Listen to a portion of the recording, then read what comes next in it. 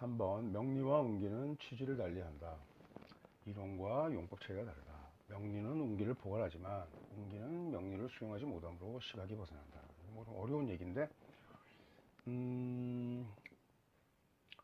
원래 이제 그 운기라는 것은 뭐 너무 강의적인 의미로 접근하면 이야기가 이제 좀 난삽해지고 이렇게 생각하자. 그냥 오성술에서 명리 이법 체계를 수용하는 게 좀 그 자연스럽지가 않아.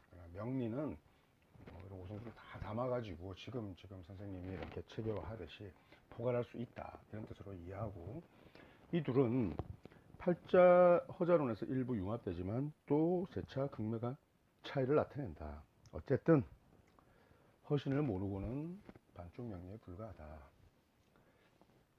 고법, 오성술 이런 것을 우리가 도외시한 그런 명리는 현상에서 징험되는 게 좀 다르다, 모자라다, 이 뜻이야.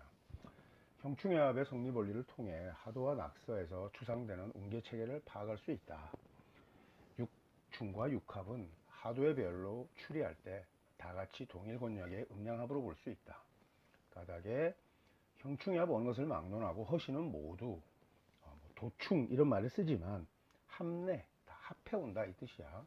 인합하는 작용으로 표현한다, 이렇게 얘기했고, 그 다음에 이제 그 형충해합, 뭐 이거는 이제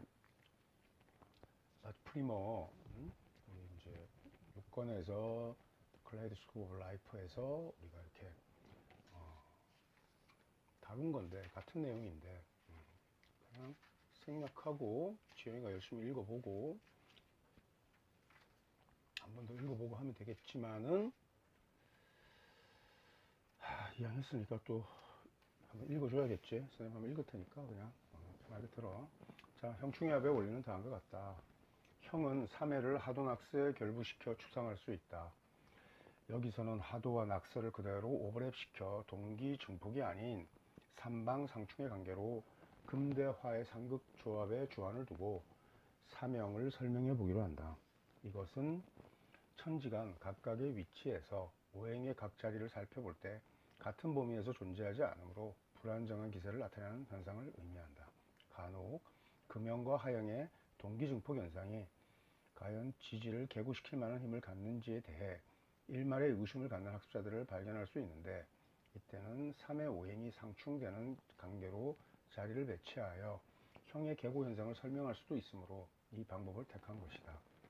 하도 그림 있고 낙서 그림 있고, 앞에 그림 낙서에서 추출된 오른편의 오행 상극도를 왼편 상생도로 옮겨 그대로 겹치면 수와 목의 자리는 일치하고 화대 금의 자리로 짝짓는 상황이 연출된다. 삼방상충을 다음과 같이 정리된다. 자, 화도에서 금, 수목, 화 있고 수수목은 똑같이 일치하고 금화는 이제 서로 상충되는 그런 구조로 이제 놓이지. 그래서 회에서 보면은 신사, 유오, 술미형 이렇게 되고, 인사형, 유형, 그러니까 유파가 되지, 축술형, 이게 전부 다 이제 형충파에 다 들어가는 거야. 우리가 이제 자평진전에 보면은 형에서 자묘형만을 논하지 오유파나 이런 것은 논하지 않거든. 근데 오묘파, 오유파, 자유파 전부 다 개고되는 현상이 나타나. 왜냐하면 나중에 이제 잡격 이제 편에서 보면은 뭐 오묘파출격이라든지 이제 이런 것들이 있다고. 그런데 보면은 분명히 거기에는 지장간을 형파에서 출고시키는, 고출시키는 그런 현상을 보게 된다 이거야. 자, 다음에 동기중폭의 관계에서는 금형과 하형에서 자형을 제외한 나머지 글자를 삼형으로 취했는데, 삼방상충에서는 금화와 하금의 상극관계로부터 각기 방합과 삼합의 글자를 대조하여 삼행의 글자 조합을 도출한다. 이때 오와 유는 형의 글자로 취하지 않으나 이 또한 순사 역십의 수지극 배열로 오행상극의 부조를 나타내는 바 형이 내포하는 요동의 작용력이 나타난다. 이렇게 이제 기결했어. 그 다음에 이제 그 자형, 해해형, 뭐 우호형 이런 거 있는데, 이럴 때는 어떻게 되느냐? 개고되지 않아. 다만 진진형일 때는 수오행은 고출되는 걸로 오행의 출고 그거는 인정한다. 그 다음에 입고설도 당연히 인정한다. 이렇게 이와 같이 금과 화의 자리를 겹쳐 놓으면 해와 진이 빠진 인신사와 축술미의 세 글자의 사명을 확인할 수가 있다. 그래서 인해 합이 돼 가지고 이것은 인과 해는 예를 들어서 사수의 배열이지만 출고되지 않아. 일단 이것도 이렇게 보고, 그러나 진미파라든지 죽진파 이것은 다 출고되는 거야. 자, 그때 진은 또 특별한 의미가 있어서 지장간은 고출되지 않는다라고 얘기했지. 자, 충은 음양오행설에서 가장 선명한 원리 체계로 설명되는 논리를 알 수 있다. 한마디로 충은 음양불배우와 오행이 상극된 글자로 짝을 이루는데, 이것은 엄밀히 글자를 땅바닥에 평면으로 배치했을 때 서로 마주보며 대립하는 대충의 글자 조합이다. 위 방위도의 삼선 12지 배열에서 상대하는 글자의 조합이 지충인데, 좌우 충미 인신 묘유 사의 진술의 육충을 살필 수 있다. 마찬가지로 사선 10간에서도 상대하는 각 글자의 조합으로 간충을 말할 수 있는데, 이때 무기토는 천정, 그 다음에 천절을 중앙의 범위로 모두 끌어놓은 방위로 정해져 궁극적으로 지충과 같은 평면의 배열이 불가하다. 까닭에 팔자술 실제에서 간충이라는 용어를 잘 쓰지 않으며, 다만 오행의 생극체와 측면에서 첩한 글자의 제복 여하에 따라 팔자 격국의 성패를 조율할 때를 위주로 해서 활용하는 선에서 의미를 지닌다. 결론적으로 지충은 계고의 현상을 추방하며 합파라는 생산적인 기능을 수행하지만, 간충은 익과 무관하므로 형충, 해합이 말하는 충에 속하지 않는다. 지충이 성립되려면 12지를 다 같이 땅에 고착된 질의 평등한 입장에서 평면 방위로 논한 것인데, 이와 달리 12지를 공간에 배치하면 상대의 개념이 아닌 같은 권역대의 글자 조합으로 음양의 짝을 이루게 된다. 이것은 몹시 중요한 의미를 갖는다. 한 울타리에 놓인 음양의 두 글자는 대개 합을 짓기 마련이다. 까닭에 육충 또한 공간의 옮기로 논하면 육합이 된다. 지합에는 또 다른 조합이 있다. 하나는 귀합이고 나머지 하나는 육합이다. 이것은 어렵지 않게 지축과 연관지어 사유해 볼 수 있는데, 우선 기합은 낙서의 축과 통한다. 낙서의 수를 그대로 담은 문항 8개에 12지를 배속하면 간, 축, 토와 곤, 미토의 지금의 지축 기울기 23.5도와 같은 거의 일치하는 불안정한 상태를 확인할 수 있다. 이렇게 불안정한 상황을 극복하고 균형을 도모하는 작용으로 지축을 기준으로 한 각 권역대별 음양의 글자는 합을 이룬다. 이를테면 자의소로 사묘, 인오, 충미, 신자, 해유 이런 식으로 권역대 합을 이루지. 진술은 빼고, 그지? 이게 바로 기인의 합이 되는 거야. 그래서 천을기인은 간지 상호간의 형, 중화. 왜 천을기인이 왜 사묘, 인호, 충미, 신자, 해유 이렇게 돼 있느냐? 그러니까 간무경, 충미 이럴 때 천을기인을 두 개를 다 갖추면 이것을 기인이 충되었다 이렇게 보지는 않는다라고 얘기했잖아. 그래서 구성되는데, 진정한 기인은 양귀와 음기의 두 글자를 모두 팔자에서 보아야만 그것을 논할 수 있다.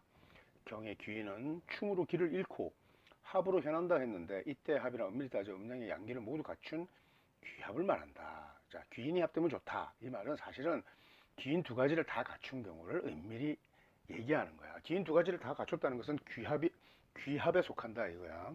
그러므로 12지를 지지끼리의 관계에만 초점을 맞추면 충미가 충이 되지만, 이들을 공간에 배열하고 간지상호간에 주안을 하면 충미는 합이 되는 것이다.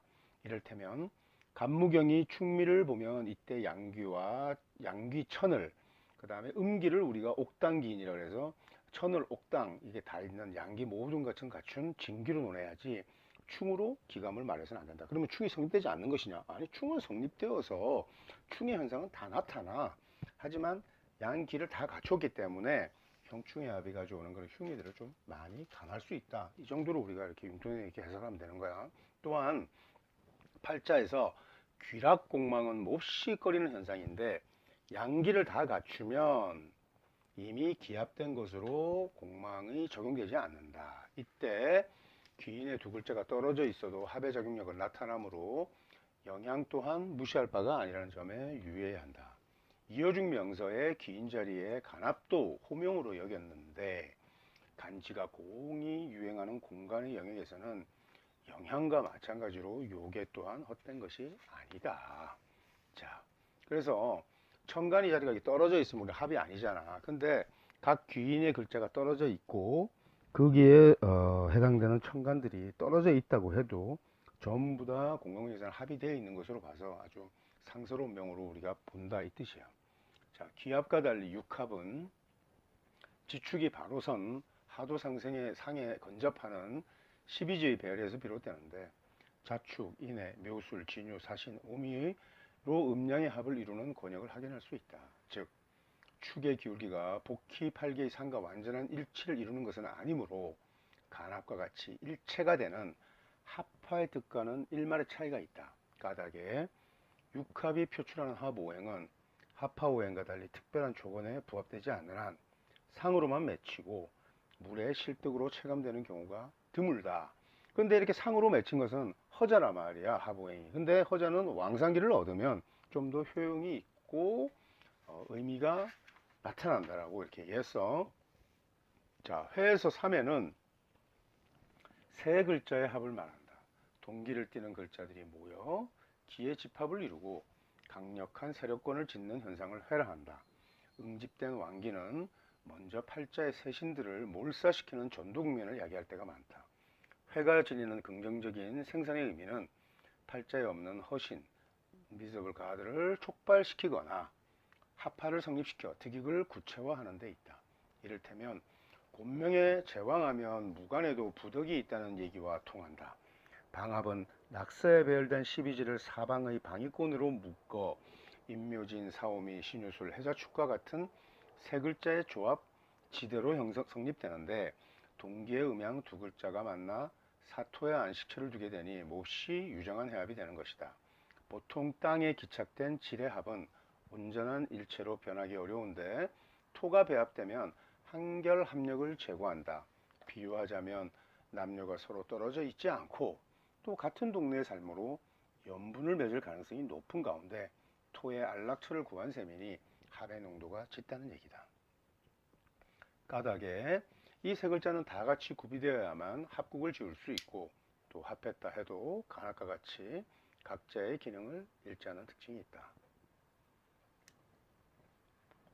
방합과 달리 삼합은 지면이 아닌 공간곤역의 해합이다. 그래서 방합과 달리 반합이 성립되는 것이다.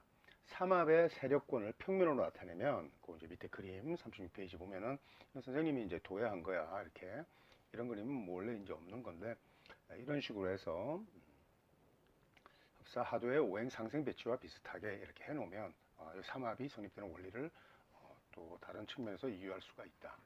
자, 비유컨대 이 또한 방합과 마찬가지로 음양의 두 글자가 배우를 이루어 동기의 고지에서 미로를 즐기는 격이지만 동기의 일기로 충만할 뿐이지 새로운 개체를 생산하지는 못한다. 다만 갇히고 어두운 공간에서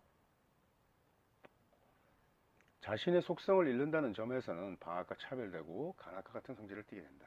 합국이 나타내는 하나의 왕기는 이미 육신물상 바치프리모 사곤에서 언급한 것처럼 원령을 얻는 것과 무관하게 드러난다. 자, 그 자체로 왕기를 띠니까 자, 합에는 오합과 육합이 있는데 이는 곧 간합과 제합을 말한다. 이 오합, 육합, 운기가 팔자, 호자, 용신국의 아주 기본적인 이런 틀이야. 육합은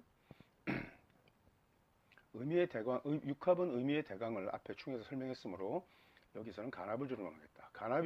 간합이야말로 생산과 득익의 진정한 작용력이라 할 수 있다. 형충도 결국 계고로 야기되는 간합의 합화와 불화 여부에 따라 득실을 개량하는 측면에서 생산의 긍정적인 의미를 내포한다. 그렇다면 무엇이 합을 이루는가? 갑과기, 을과경, 병과신, 정과임, 무와 개가 각각 합을 짓는다. 합론에는 오행설이 개입될 여지가 별로 없다. 오직 음량의 한 글자씩이 상합하는 음량설로 다 설명된다. 명리가 오행설을 축으로 음량설을 결부시키지 않으면 안 될 절대 요인이 바로 합론에 연유한다. 그런데 음량이 무조건 합하는 게 아니고 합할 수 있는 조건이 갖추어져야 한다. 우선은 같은 권역에서 서로 존재해야 하는 것이다. 십간의 배합 권역은 하도에서 바로 유추해낼 수 있다. 하도의 수는 1과 6, 2와 7, 3과 8, 4와 9, 5와 10이 각각 서로 합하는 뜻이 있음을 나타낸다. 이것을 십간의 수상 차례로 적용하면 일갑이 6기와 합하고 이을이 7경과 합하는 작용을 쉽게 설명할 수 있다. 그런데 왜 갑기가 합하면 토로 화하고 을경이 합하면 금으로 화하는 것일까? 여기에는 두 가지 설이 존재한다.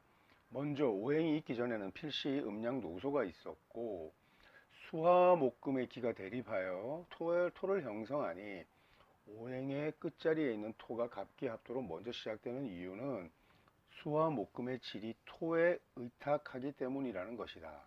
이를테면 토에 이제 기생해서 이루어지지 않는 게 없으니까 오행이, 이를테면 수는 토가 아니면 흐르지 못하고 화는 토가 없이 태울 수 없으며 금은 토가 없이 생하지 못하고 목은 토가 없이 생장할 수 없다는 뜻이다. 따라서 토로 시작해서 금수 목화의 순서로 각각의 간합이 생산하는 개체를 논했는데 그리 매끄러운 설명은 아니라고 생각한다. 그런데 자, 좋아. 어쨌든 선생님 경험으로는 팔자에 토가 있는 사람과 토가 없는 사람의 특징이 있는데, 토가 있는 사람은 무언가를 남기고 가. 그게 가장 큰 차이야. 자, 하파의 다른 일설로는 복룡즉화라, 즉 진욕을 만나면 화한다고 했으니 갑기년에는 무진월이 되므로 갑기합토요, 을경년에는 경진월이 되므로 을경합금이 되는 식으로 이어진 논리가 있다. 이 설이 사실은 훨씬 더 논리적이야. 적촌수 천미에서 임철초는 식간이 합하면 변화되고 반드시 오토를 얻은 연후에 완성된다 했는데, 이 오토가 곧 진으로 춘절의 생물의 체를 이루고 기가 열려 활발해지니 초목의 쌍이 진월에 나타나는 현상으로 화기의 원신이 발로함을 설명했다. 명대 도종의는 갑기년은 병인월근이 시작되어 병화가 토를 낳으니 갑기합토가 된 것이고, 을경년에는 무인월근이 시작되어 무토가 금을 낳아 을경합금이 된다고 했으니 다 같은 말이다. 어쨌든 십간은 서로 신속하게 합하고 나면 자신의 속성을 잃게 되는 합체를 이루어 새로운 기운을 생산하는 뜻을 말한다. 팔자수 실전에서 합화를 능히 체감할 수 있는 바를 실득이라 하고, 이때 명주는 분명 구체적으로 얻는 것이 있음을 실감한다. 이와 달리 상만 잡히고 손에 쥐는 것은 없는 경우 또한 허다한데, 이때는 합화가 아닌 불화의 경우다. 팔자허자론 또한 세왕의 기틀과 형충의 합의 작용, 이 둘의 원리에 바탕을 둔다. 이것이 일단의 교훈입니다.